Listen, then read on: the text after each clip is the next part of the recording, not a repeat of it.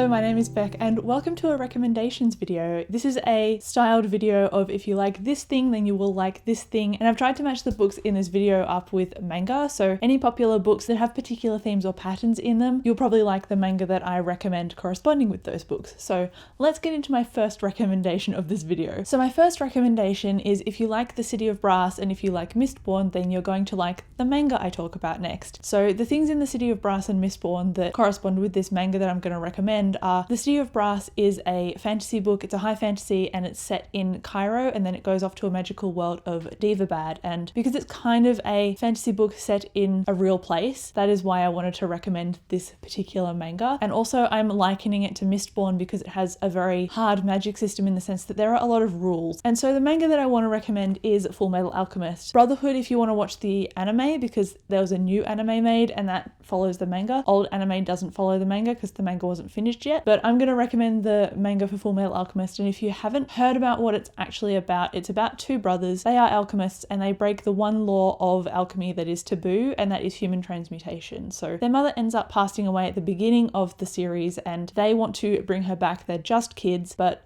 this magic is taboo for a reason, because when they try and bring her back, they lose parts of their body to the magic and it doesn't go as planned. So Ed loses an arm and a leg, Al loses his entire body, his soul gets bound to a suit of armor, which is why there's a character in a suit of armor on the cover. And now it's about them going on a quest to find a way to restore their bodies again. So they've got to track down the Philosopher's Stone, and it's a very detailed magic system, but it has the rules at the beginning of every anime episode and it introduces the rules very early on in this series. And the reason that I likened it to City of Brass is because of the settings. It's likened to a German kind of world. There is a military involved and there are a lot of different types of alchemy in the series as well. There are also creatures called the homunculi, which don't necessarily correspond to the magic that we are familiar with. So it has a lot of moving parts in here, but at the heart of it, it is a brother and brother story, and it has very deep family core connections and found family too. So naturally that is why I wanted to recommend it, because even if you don't necessarily like Mistborn or the City of Brass, this is very foundational and it's a lot of people's first manga, and that often, like it did with me, helped me discover my love of manga, because this is one of the first ones that I read as well, and that's kind of why I want to recommend it. The next manga that I want to recommend is another fairly popular series, but it's not a very long series either, and the books that I want to recommend it in correspondence with are It by Stephen King and also Stalking Jack the Ripper by Carrie Maniscalco. Those are two fairly different books, and bear with me because I'm going to explain why I want to liken them to this recommendation. It is a book that follows a group of kids and it has a kind of overarching horrible creature in it, and I wanted to talk about that aspect of it because in this book that I'm going to recommend, it is Death Note, and in here we follow a character named Light, and he finds a note that has fallen from the realm of the gods. He picks up this note, turns out to be a death note, and he can write in it. There are a whole bunch of rules, again like Fullmetal Alchemist, that mean that he can either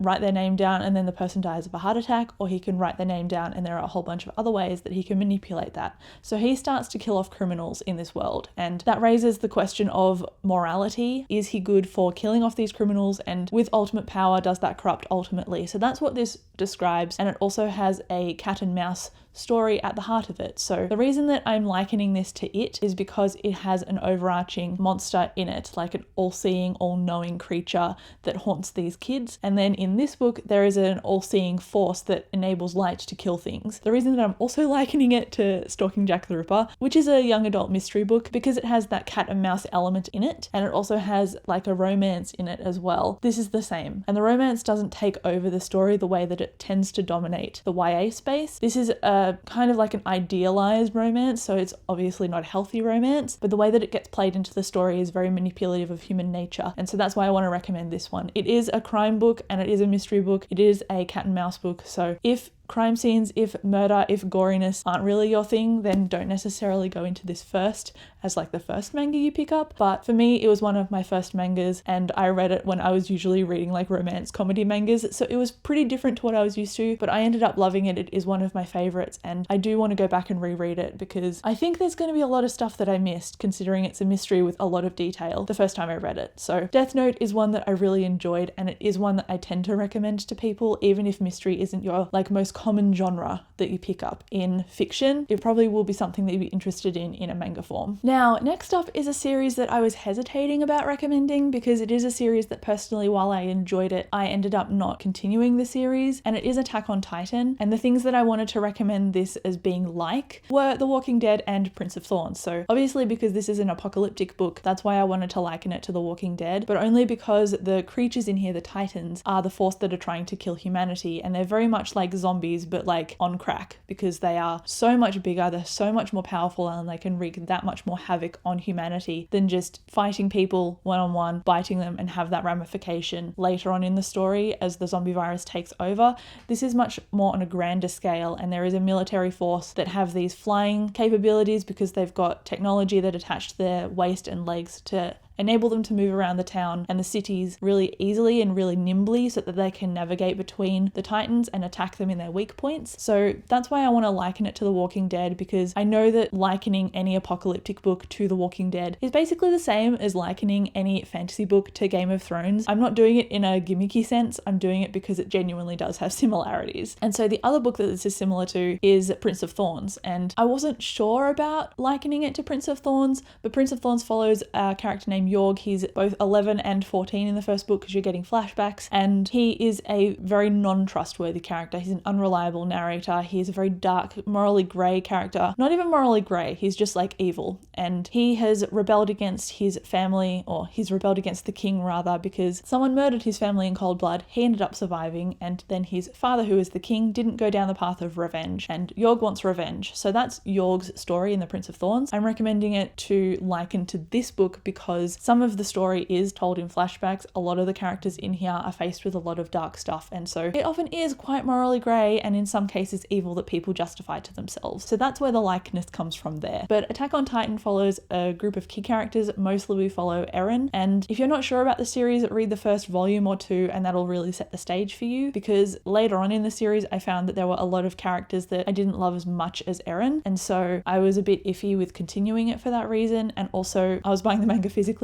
so it was a bit expensive to keep continuing when I wasn't sure about committing. But this is a good series and I really enjoyed the beginnings of what I read, so that's why I want to recommend it and put it on people's radars, because I know there is an anime for this as well. So if reading manga isn't really your jam, then you can definitely go and pick up the anime instead. So the next one is a graphic novel and a graphic novel series, and the only likeness that I can align this with is quite a popular series, but it's again not gimmicky. I promise there's a reason, and the series that I'm likening it to is the Dresden Files. And while the Dresden Files is an urban fantasy, this is a little bit different. So the things in the Dresden Files that it's similar to is the fact that Harry Dresden is a wizard detective. It is kind of fantastical in certain elements, but it tends to go off on a very fantasy based level with a lot of supernatural creatures. But this comic is a little bit different to that, and it's Chew by John Layman. So Chew follows a detective named Tony Chew, C-H-U, not C-H-E-W.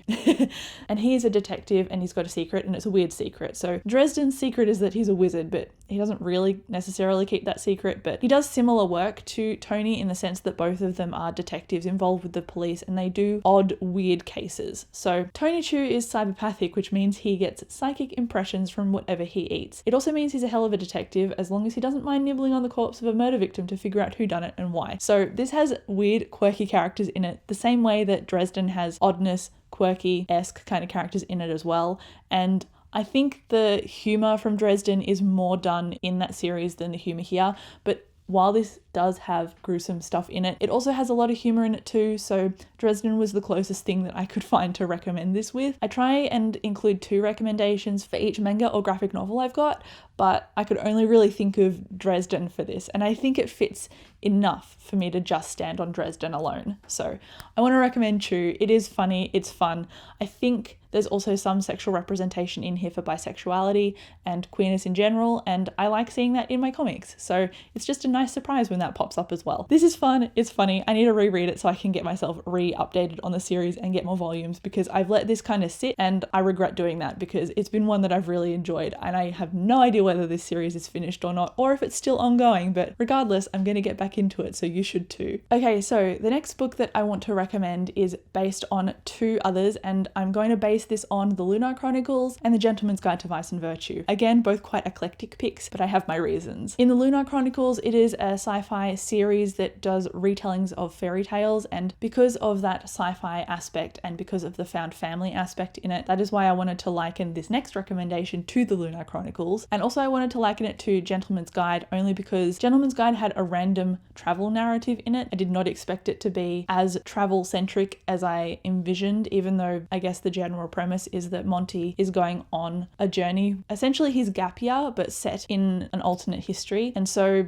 that's why I'm recommending it alongside Paper Girls, because Paper Girls is set in the 80s. It follows these group of girls who are doing their paper delivery rounds, and then they stumble on something that is quite sci-fi, and they get sucked into like a time travel story with a lot of intrigue and mystery. And I don't want to explain it too much because I otherwise will over explain it and then it will ruin certain things in the plot, and I don't want to do that. But I've heard that this has a relationship with two of the girls in here. I've only read 3 volumes in so far, so I can't really confirm or deny that yet because it's still very much building up these characters, let's be real. But I really enjoyed this series. It is by the same author who does Saga, those comics, and I know those comics are quite popular on BookTube, so if you haven't heard of them either, they're fantasy and sci-fi, and they are following a forbidden romance from 2 characters who are on alternating sides of a war, and then they have a child. So everyone is trying to track them down to get at that child. So Saga is something else and I've really loved it, but Paper Girls is another one that Brian K. Vaughan has written, so if you like the plot twists and the intrigue in Saga, you will like it in here. And if you like the found family dynamic in the Lunar Chronicles, then you're going to like the dynamic between the girls in here, because while it has those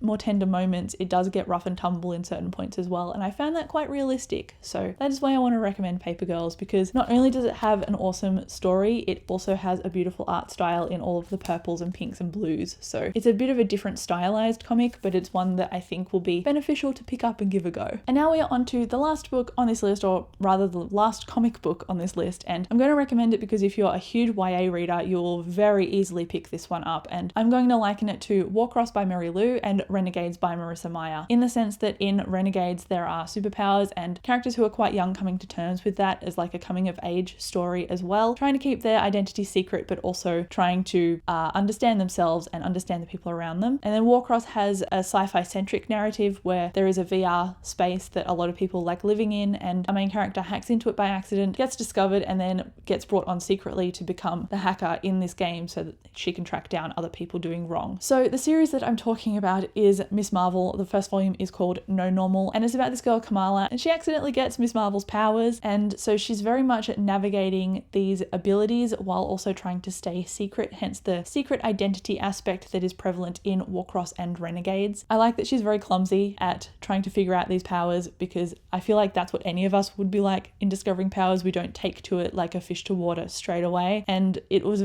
realistic in that sense, but it also had its element of fantastical stuff, and it's just Kamala wanting to live a normal life and go to parties and stuff, and she can't really do that to the extent that she wants because she's got fairly strict parents. So this is a fun book, and it's very suited to people who might not necessarily have tried comics before, want to maybe try something Marvel because the formula is quite familiar considering there's a lot of MCU movies, and this is a very YA centric or formulaic book in the sense that the character is very relatable if you've read a lot of YA before. So I quite enjoyed this. Obviously that's why I'm recommending it, and this is the last recommendation for this video. So these are all of the comics and the manga that I am recommending for this video. If you've read any of these, or if you have any further recommendations, please do let me know, because I'm always on the hunt for some cool new comics or some cool new manga, because I feel like I dip in and out of manga and comics because I tend to go through an influx of buying a ton of volumes at once, and then I just relax on that because they can get quite expensive, and then I go, oh yeah, I'm reading that series, I should probably continue that series, and then I go out and buy a whole bunch of them again. So